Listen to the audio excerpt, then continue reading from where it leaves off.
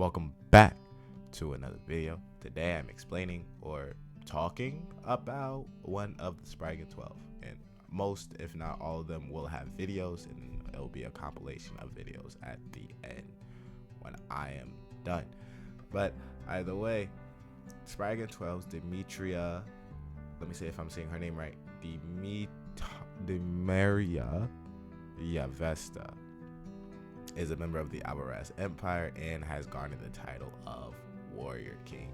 She uses a special kind of magic called time magic, and although she exhibits a relaxed and cynical personality, she has a amused and weary smile alongside half-closed eyelids. So she's the troublemaker of the group, but she is calm on the battlefield. Of course, we first see her in the Alvarez arc when Zareth returns to his palace in Vistoria.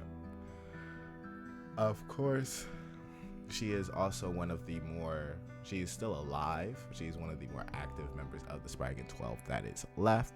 So good job for her for surviving the war arc. She was defeated, of course, by Lucy. Anyway, she is also in the Water Dragon arc, as following the intense trauma she endured in battle, Dimaria developed a strong dislike of fighting. After the Spraggan 12 disbandment, she retired in favor of a more tranquil life on farm. Let's talk about her magic, though. She has Age Seal and all-will time magic that was taught to Dimaria from the god of time himself, giving her the ability to freeze the time around her. And Age Scratch, as Dimaria assaults the target with many magical clock hands. These clock hands force the body of the one struck to receive shocks of pain equivalent to the total amount of physical pain they have received up until that point of life. Of course, she has Takeover, as she forges her body into a vessel. She summons the very being of a deity. She should have been the strongest of the Spraggan 12, according to her abilities, the powers and abilities of both. The warrior's queen personality and appearance undergo a change as she fuses with her patron, the final form's attributes. She can also use God Soul Kronos, as Kronos can effectively take over her body when she offers her body as a vessel. Overflow, which unleashes a shockwave of outpouring energy beams, and the etc. of increased magic power, enhanced strength, enhanced durability, blah. Yeah. Of course, as being one of the Spraggan 12 and being one of the major final villains, but then defeated by Lucy. Lucy, my guy.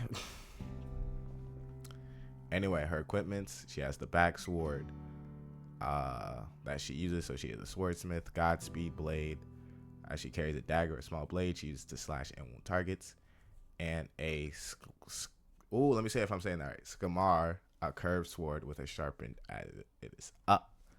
Hopefully we see her again in the 1,000-Year Blood War. My overview of the character, of course, would be that she went out sad. Of course, she, as much as the other Spraggan 12 that was left alive, she mostly just chills right now. She is still insanely powerful, but since she was defeated by Lucy, she mostly hasn't developed a disdain for fighting, though she is called the warrior goddess whenever she was on the battlefield. It's kind of it. Like, subscribe, and I'll see you in the next one.